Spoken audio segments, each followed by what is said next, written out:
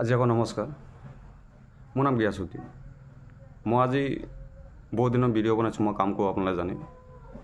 আজি মই আপোনালোকৰ একে কথা, আজি আমাৰ অসমৰ যোনটো CM ছাৰে কয়, আজি কথা এষাৰ যোনটো শুনিছোঁ বা এইকেইটা ভাইৰেল হৈ আছে, আজি মই আপোনালোকে এইটোৱে সুধিছোঁ, যদি অসমত যদি হিন্দু মানুহখন যদি গৰু মাতা হয়, তে আমি মানি লৈছোঁ, তেতিয়াহ'লে গৰু বস্তুটো এচিৰ ভিতৰত থাকিবলৈ মাতা যদি হয়, তেতিয়াহ'লে গৰুটো এৰি দিব লাগে, বজাৰত এৰি দিব কেলৈ লাগে? আজি কথা আছে, কিন্তু কথা আপোনাৰ পইণ্ট আছে।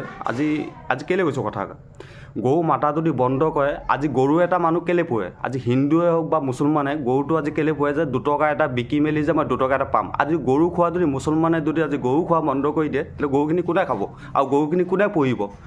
গৰুটো কোনে নোপোহে, কোনো নাখায়। চিৰিয়াখানাও গৰু খোৱা যদি বন্ধ কৰে, অসমৰ চিৰিয়াখানাও বন্ধ কৰিব লাগিব। আনহাতে বাঘে কি হ'ব? বাঘেতো আপোনাৰ গৰু নহ'লে নচলে, গৰুটো লাগিবই। সেইটো কাৰণে এই ভিডিঅ'টো আপোনালোকে বেছিকৈ শ্বেয়াৰ কৰিব। এক সৰুৱা ভিডিঅ'।